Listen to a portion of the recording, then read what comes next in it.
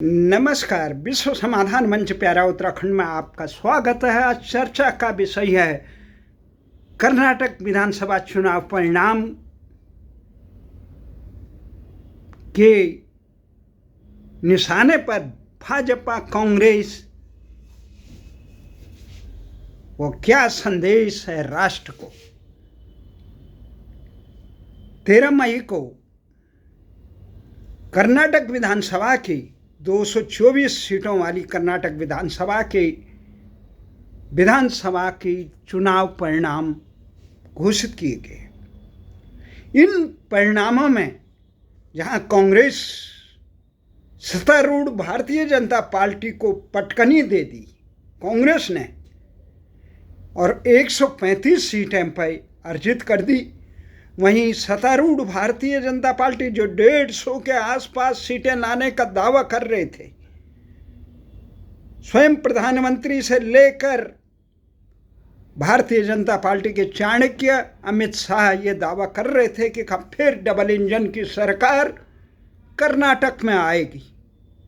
परंतु जब चुनाव परिणाम निकले और उससे पहले भी चुनाव मतदान के बाद के जो आकलन खबरिया चैनलों ने दिया, उसके अनुसार भारतीय जनता पार्टी सत्ता से बेदखल करने का जनादेश कर्नाटक की जनता ने दे चुकी है।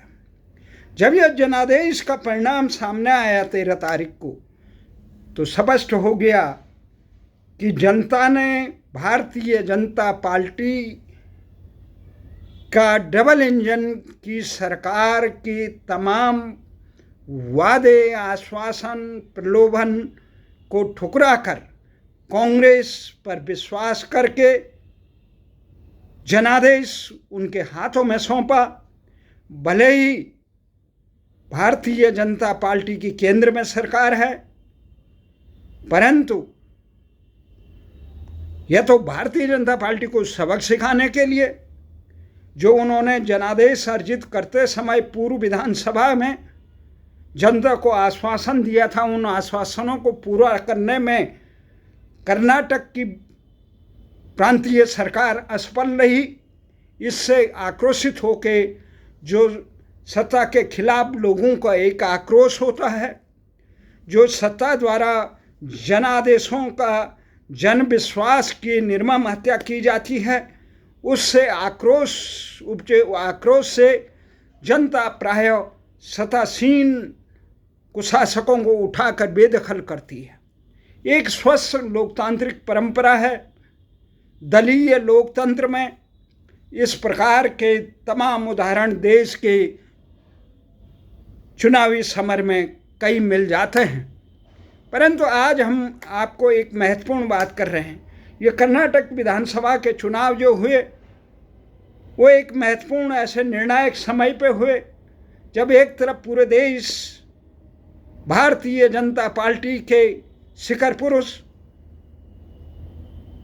नरेंद्र मोदी के परचम पूरे विश्व में लहराने का डंका बजा रहा है, वहीं विपक्ष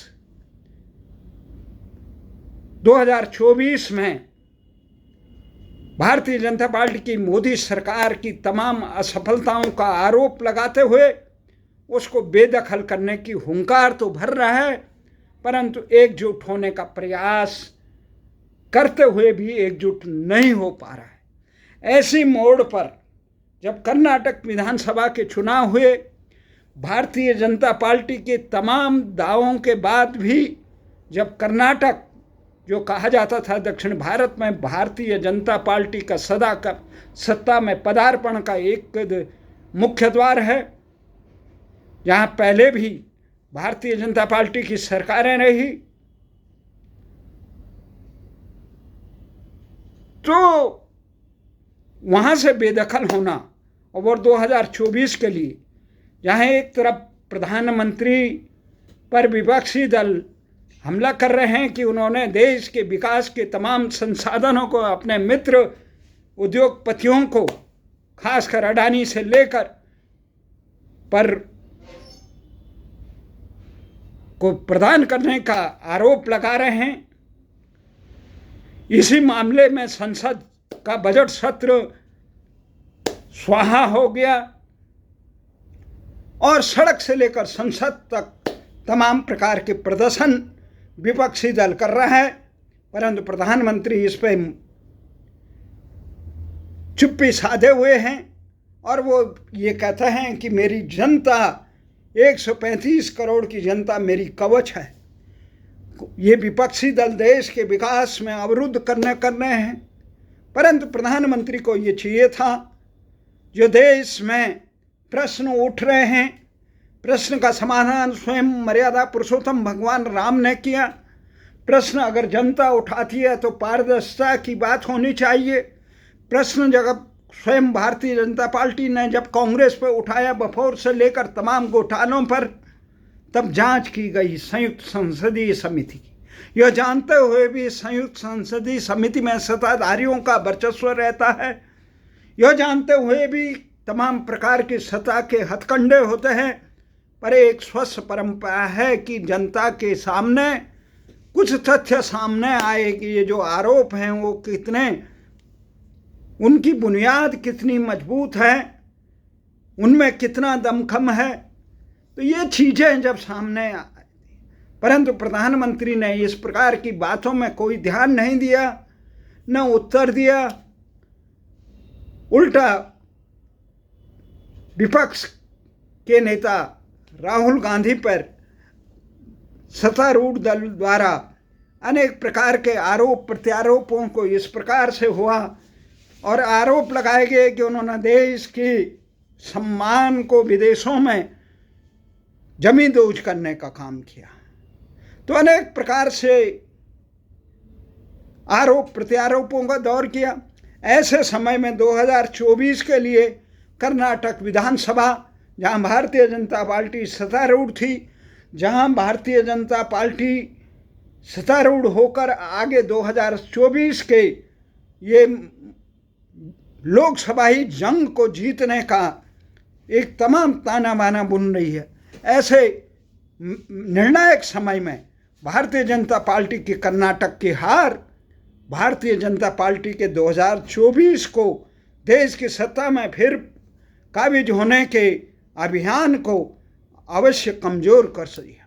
भले ही भारतीय जनता पार्टी के कार्यकर्ता और भारतीय जनता पार्टी के हुक्मरान ये कहे कि विश्व में सबसे बड़े लोकतांत्रिक पार्टी के भारतीय जनता पार्टी है, इतना मजबूत संगठन है, सत्ता संसाधनों से संपन्न है और मोदी जैसे ओजस्वी नेता हैं, परंतु कई बार लोकतंत्र में ये देखा गया है, अटल बिहारी वाजपेयी के समय जब इंडिया राइजिंग शाइनिंग नाउ और सोनिया गांधी को विदेशी कह के उनको एक प्रकार से उपेक्षा का भाव दिया गया था, उसी प्रकार आज कांग्रेस के नेता राहुल गांधी को जहां पप्पू कह के उनका उपहास उड़ाया जाता, परंतु जनता के जो प्रश्न हैं, जनता को जो जनादेश लेते समय 2014 में प्रधानमंत्री नरेंद्र मोदी ने, 2019 में प्रधानमंत्री नरेंद्र मोदी ने जनता को आश्वासन दिया था कि भ्रष्टाचार महंगाई पर अंकुश लगाएंगे, देश विरोधी पाकिस्तान और चीन से लेकर तमाम उन ताकतों को कुंद करने का काम करेंगे, देश में व्याप्त भ्रष्टाचार पर अंकुश लगाएंगे, बेरोजगारों को रोजगार देने का काम करेंगे और देश में सुशासन का काम देंगे। ये इस प्रकार का था, देश का नाम पूरे विश्व में रोशन करेंगे। इसमें से केवल देश का नाम पूरे विश्व में रोशन करने का जो महत्वपूर्ण काम नरेंद्र मोदी सरकार ने किया है, राम जन्मभूमि का महत्वपूर्ण काम किया है, जो काम किया है धारा 370 को हटाने का, वो काम है जनता के सामने है। 3 तलाक पर जो अंकुश लगाने का काम किया है, इन कामों को जनता सराह रही है, परंतु जनता को रोजी रोटी से लेकर सुशासन का भी वो चाहिए। जनता केवल आश्वासनों से पेट नहीं भर सकती है, जनता का जीवन चक्र, देश का आर्थिक विकास केवल आश्वासन और नारों से नहीं होता है, देश का विकास होता है आर्थिक और रोजगार, आम जनता के हाथों में रोजगार और महंगाई पे अंकुश और रोजगार परक योजनाओं के द्वारा। तो इस बात पर भारतीय जनता पार्टी की सरकारें कई जगहों पर कमज़ोर दिखाई देती है, तब जनता पे प्रश्न उठता है कि भारतीय जनता पार्टी के 2024 के स्थान पर संयुक्त विपक्ष जो हुंकार भर रहा है, दिशाहीन विपक्ष हैं भले ही, परंतु जब एकजुट हो जाते हैं तो वो कितनी मात देंगे। 2024 के लोकसभा चुनाव में, 2024 का जो लोकसभा चुनाव हो रहा है, एक तरफ हम निगाहें डालते हैं रूस पे, जहां पुतिन जैसे मजबूत शासक हैं, उधर चीन में जिनपिंग जैसे मजबूत शासक हैं, अमेरिका और नाटो के तमाम देश भारत को किस प्रकार से चक्रव्यूह में फंसाते हैं। जहाँ एक तरफ हम पंजाब का जो विवाद है, एक तरफ हम देखते हैं धार्मिक स्वतंत्रता के नाम पे भारत को घेरा जाने का काम किया जाता है, एक तरफ देखते हैं हम भारत में मानव अधिकारों के नाम पर पश्चिमी देश भारत को घेरने का काम करता है। ऐसे समय में भारत में मजबूत नेतृत्व चाहिए था। इस नेतृत्व प्रदान करने में नरेंद्र मोदी सफल रहे, परंतु क्या कारण है कि कर्नाटक की जनता ने नकार दिया। इस बारे में प्रश्न स्वयं भारतीय जनता पार्टी के नेतृत्व को पहुंचना चाहिए। ये नहीं कह सकते हैं कि विपक्षी दल एकजुट होगी। विपक्षी दल तो हमेशा, ये भारत के इतिहास पर अगर हम नज़र डालें, चाहे सत्ता में कांग्रेस का एक छत्र राज था, उस समय भारतीय जनता पार्टी से लेकर तमाम वामपंथी दल भी एकजुट होकर कभी जयप्रकाश नारायण के नेतृत्व में, कभी इंदिरा हटाओ के नारे के नाम पर एकजुट रहे। जनता पार्टी का सत्तारूढ़ होना भी एक प्रकार से कांग्रेस के खिलाफ एक मजबूत गठजोड़ था। तो ये नारा भी, ये आरोप भी नहीं चल सकता है कि मोदी के खिलाफ सब एकजुट। वो मोदी के खिलाफ नहीं है, वो सत्ता में जो भी रहेगा उसके खिलाफ सारे एकजुट रहेंगे। वो सत्ता को प्राप्त करने के लिए वो आपस में लड़ेंगे झगड़ेंगे, परंतु जो सत्तारूढ़ है उसको हटाकर स्वयं को वहाँ पे बिठाने के लिए एक प्रयास करने का नाम होता है ये विपक्षी गठजोड़। विपक्षी गठजोड़ की तरफ हम नज़र डालते हैं तो एक तरफ मोदी का ये नेतृत्व है, भले ही उसमें कई चीज़ खामियां हैं, आर्थिक रूप से खामियां हैं। यहाँ पे ये कहा गया कि कराधान को सरलीकरण के नाम पर इस प्रकार से लोग व्यथित हैं, जिस प्रकार से बेरोजगारी से लोग त्रस्त हैं, महंगाई पे अंकुश लगाने के साथ साथ जिस प्रकार से अपराधियों को अंकुश लगाने के लिए काम होना चाहिए, निष्पक्ष रूप से देश के संसाधनों को, जो भी चाहे उद्योगपति हो चाहे अन्य लोग हों, जो भी किसी भी पार्टी का हो, निष्पक्ष भाव से भ्रष्टाचारियों पे अंकुश लगाना चाहिए। तो दुर्भाग्य ये है कि भारतीय जनता पार्टी की तमाम सरकारें चाहे कई राज्यों में हैं, पर उत्तर प्रदेश के योगी जैसा शासन, असम में हेमंत शर्मा जैसा शासक भारतीय जनता पार्टी के अन्य राज्यों में नहीं दिखाई दे। अब कोई ये कहे कि कर्नाटक में इसमें सारे मुसलमानों ने मिलकर एकजुट होकर भारतीय जनता पार्टी को हराने के लिए दिया, तो इसमें यह भी जवाब नहीं हो सकता। मुसलमानों ने कब एकजुट होकर भारतीय जनता पार्टी को जिताने का प्रयास किया? ये भारतीय जनता पार्टी ने कब मुसलमानों के लिए आवाज़ उठाई? वो भारतीयों के लिए आवाज़ उठाते हैं, इसलिए ये आरोप भी सही है। मुसलमानों ने अधिकांश वोट भारतीय जनता पार्टी के विरोध में दिया, ये इतिहास रहा है। अब ये है वो वोट भी न दें, ये नहीं हो सकता। परंतु इसके बावजूद देश की जनता ने भारतीय जनता पार्टी को सत्तासीन किया, कर्नाटक की जनता ने कर्नाटक में सत्तासीन। अब हमें ये झांकना होगा आखिर कमजोरियाँ कहाँ हैं, क्या कौन है गुनाहगार? गुनाहगार केवल विपक्ष है। विपक्ष का ये दायित्व तो नहीं है भारतीय जनता पार्टी को सत्तासीन करे, और नहीं लोग आम जनता का ये नज़र है भारतीय जनता पार्टी को अच्छा शासक।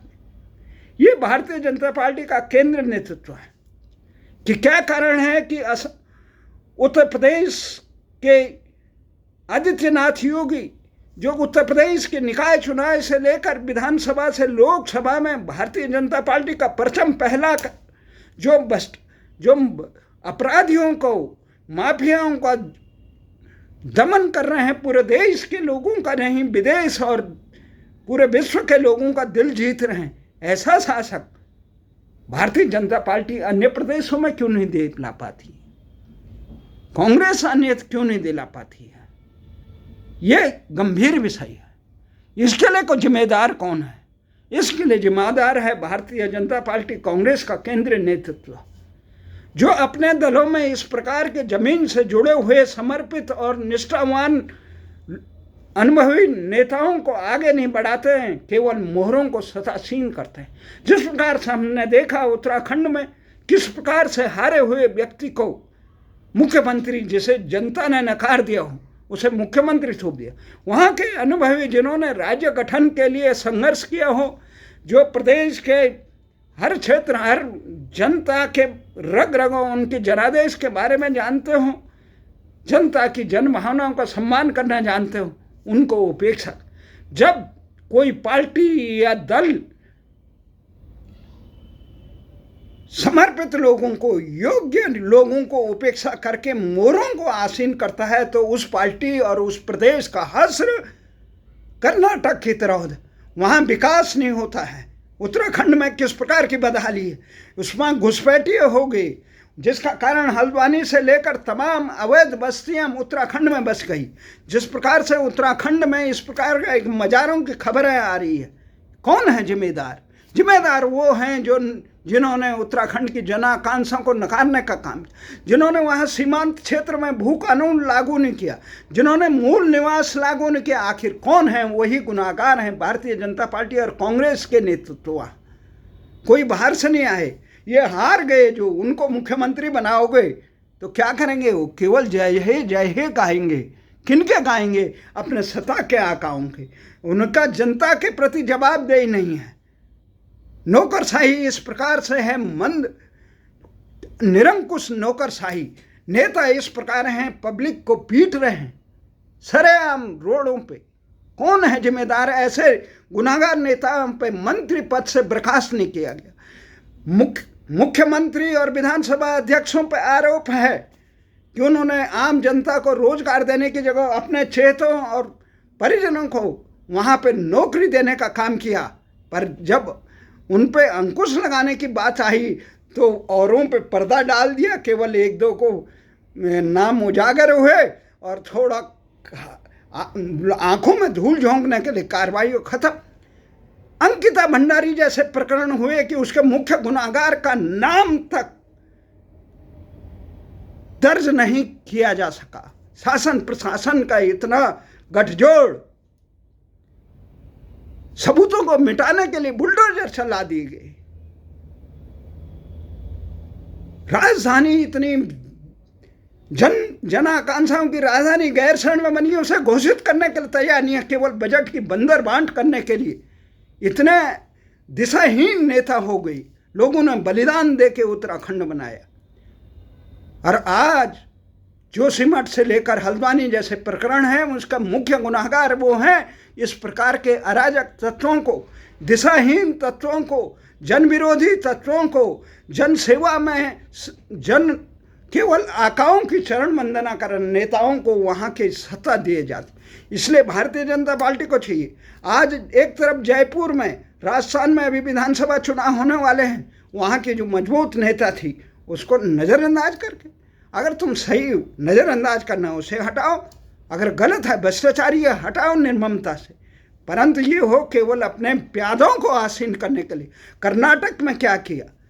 कर्नाटक में जिस येदियुरप्पा ने पूरे दक्षिण भारत में भारतीय जनता पार्टी को उसे कमज़ोर करने के लिए, कभी आडवाणी अटल के शासन में उनको कमज़ोर करने का प्रयास किया गया, अब मोदी जी के शासन में उन्हें हटा के और उनकी जगह कोई अच्छा बोमई जैसे, यहाँ पे जन सेवा में समर्पित लोग और तेज सरार चाहिए जो जन भावनाओं को समझ सके। बोमई सही व्यक्ति हो सकते हैं पर शासन देने में असफल रहे। उन्हें वो वादा, शासक वही अच्छा है कि जो जन आकांक्षाओं को अर्जित करते समय जो वादे किए गए उनको पूरा करने का काम करे, वो अच्छा शासक होता है। भ्रष्टाचारियों पे अंकुश लगाने का काम करे, राष्ट्र विरोधी तत्वों पे अंकुश लगाने का काम करे। आज कांग्रेस आई तो किस प्रकार के, जहां एक तरफ भारतीय जनता पार्टी और कांग्रेस की सत्ता में होने, वहां बजरंगबली का कट्टरपंथियों पे अंकुश लगना चाहिए। तो आप कहो कि हम बैलेंस बनाने के लिए, तुष्टिकरण के लिए बजरंग दल पे भी लगा दें, इस दल पे भी लगा दें। अरे भैया, आप जो देश में कुख्यात है न्यायालयों में जो प्रतिबंध है उन पर लगाइए। जो देशद्रोही में कोई भी दल हो उन पर प्रतिबंध लगाइए। और आप इतने दिन तक 13 तारीख से चुनाव परिणाम निकल गए, अभी तक मुख्यमंत्री घोषित नहीं कर पाए। क्या कर पाए? जिस आदमी ने वहां मृतप्राय पार्टी को सत्तासीन कराया, डी कुमार, उसको मुख्यमंत्री बनाने में क्या है? आपने कर्नाटक में तमाशा बना दिया जनादेश का, आपने राजस्थान में तमाशा बना रखा है, आपने उत्तराखंड में जीती हुई चुनाव को अपने ही प्यादों द्वारा हरवा दिया। ये नहीं पता कि कौन अनुभवी है, कौन सही ढंग से जनाकांक्षाओं को साकार कर सकता है, पार्टी को मजबूती दे सकता है। केवल निस्वार्थी तत्व जो केंद्रीय नेतृत्व के चारण बने हुए हैं। किस प्रकार की प्रतिभा! आप बार बार गलतियां कर रहे हैं। आपने आंध्र प्रदेश की जो सत्ता थी आपके पास, आपके दिशाहीन नेतृत्व के कारण आज जगन रेड्डी अलग पार्टी बना के बैठे। आपके कारण बंगाल में ममता बनर्जी अलग सी पार्टी बना के बैठी। आपके तमाम आप अंध तुष्टिकरण में कि आप जो देश के आतंक फैला रहे हैं उन पे अंकुश लगाने के बजाय आप कहो बजरंग दल पे भी कर। और जहाँ तक बजरंग दल का बात है, बजरंग दल भी अगर राष्ट्र विरोधी काम करता है उस पर भी अंकुश लगना चाहिए, परंतु बजरंग दल राष्ट्र के लिए समर्पित होकर काम कर रहा है तो उस पर अंकुश क्यों लगाओ? ये तो न्यायालय का काम है, ये देखिए, यह जनता का काम है। आप इस प्रकार के, आपने बहुत अच्छा, कोई कहे कि वहाँ कांग्रेस ने बहुत अच्छा वो बनाए थे, क्या कहते हैं, कांग्रेस ने बहुत अच्छे लोगों को आश्वासन दिए थे कि युवा निधि बेरोजगारों को 2 साल तक के लिए, जो स्नातक हैं उन्हें 3,000 रुपये हर महीना मिलेगा और डिप्लोमाधारियों को 1,500 रुपये मिलेगा। महिलाओं में गृह लक्ष्मी योजना में हर महिला को 2,000 रुपये मिलेगा। और जो अन्न भाग्य है, गरीबी रेखा के नीचे हर व्यक्ति को 10 किलो चावल हर महीने मिलेंगे। और गृह ज्योति है, 200 यूनिट तक हर परिवार को मुफ्त मिलेगा, निःशुल्क मिलेगा। तो ये सखी कार्यक्रम है। सखी कार्यक्रम यहाँ दिल्ली का जो है कि महिलाओं को बसों में निःशुल्क यात्रा होगी। ये जो है, इस बेरोजगारी भत्ता बहुत ज़रूरी है, ठीक है, आप उनको रोजगार के भी प्रबंध करिए और बेरोजगारी भत्ता दीजिए। पूरे यूरोप में हो रहा है। आप मंत्री और विधायकों को तो पेंशन दे सकते हैं, बेरोजगारों को जिसका दायित्व है आपकी सरकार का उनको रोजगार देने का, तो ये, परंतु ये है इनके आश्वासनों से नहीं आया। वहाँ पे कांग्रेस ने, शिव कुमार ने इतनी मजबूत कांग्रेस खड़ी की कि उसे लोगों को विश्वास अर्जित कर दिया। नहीं तो यहाँ आश्वासन उत्तर प्रदेश में भी दिए और दिल्ली के नगर निगम के चुनाव में भी कांग्रेस से आश्वासनों से नहीं जीते जाते। केजरीवाल को वहाँ 0.5% वोट मिले, जो उसने भी इसी प्रकार के वो किए थे। परंतु जनता का विश्वास अर्जित करने में वहाँ कांग्रेस सफल रही। भारतीय जनता पार्टी अपने विश्वास को, जनता के जनादेश का सम्मान करने में असफल रही। अब तक मोदी जी से 2024 का समर कैसे जीतेंगे, इसके लिए एक ही काम करेंगे। आप 2 बार देश के प्रधानमंत्री बन चुके हैं, आपको असुरक्षा नहीं होनी चाहिए।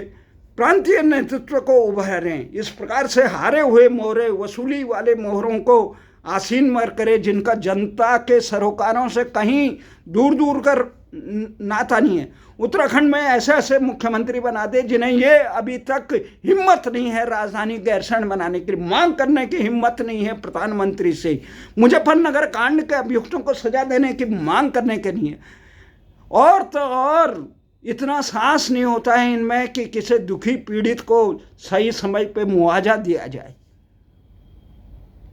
इतने वो होते हैं, दिशाहीन है कि अवैध बस्तियां बसा दी है उत्तराखंड में, उनको वो करें। कब तक तुम उत्तराखंडियों पे इस प्रकार वो करेंगे? अरे जो मंत्री इस प्रकार से विधानसभा अध्यक्ष रहते हुए और मंत्री रहते हुए सड़क पे मारपीट कर रहा सार्वजनिक रूप से, उसको बर्खास्त नहीं कर सकते? क्या जरूरी है? किसको आप तुष्टिकरण कर?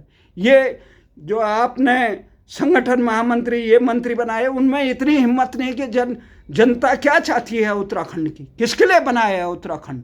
जनता ने तुम्हारे लिए तो नहीं बनाया है मुख्यमंत्री बनाने के लिए, तुम्हें मंत्री संतरी बनाए इसलिए तो आंदोलन नहीं किया था।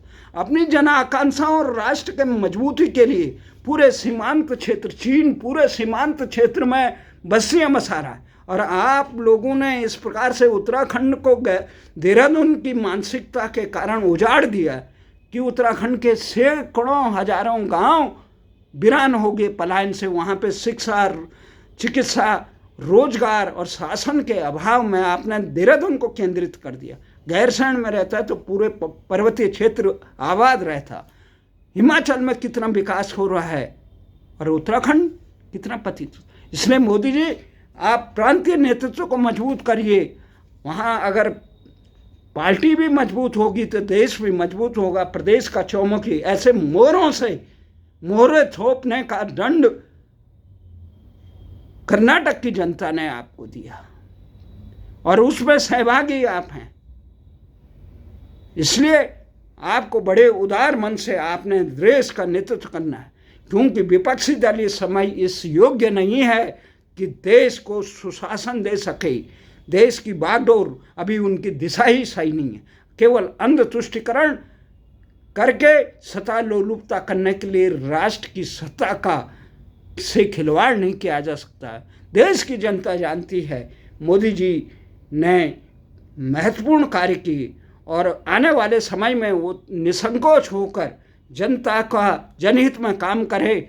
ये अग्निवीर वाली योजनाएं न करें। राष्ट्र मजबूत है तो फौज के दम पर, फौज को भार मत समझे। उनको दिए जाने वाला पेंशन वो अपनी जान पर खेल कर लड़ते हैं।